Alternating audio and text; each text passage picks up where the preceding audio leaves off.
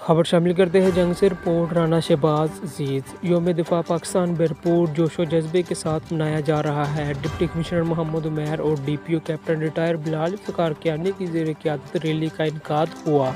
Rally में ज़िली महकमा के सरबराहान, सिविल सोसाइटी, मीडिया नुमाइंदगान और तलबा की कसीर तादाद ने शिरकत की। रैली के शरका ने मुल्क की इस्लामियत व इस्तेहकाम के लिए दुआएं की और भरपूर नारेबाजी की। डिप्टी कमिश्नर का कहना था कि पूरी कौम अपने शोहदा को खैराज तहसीन पेश कर रही है।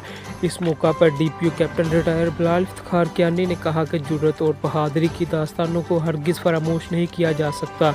आज के दिन आलमी सतह पर पाक फौज ने अपनी बहादुरी और पेशा वराना महारत का लोहा मनवाया।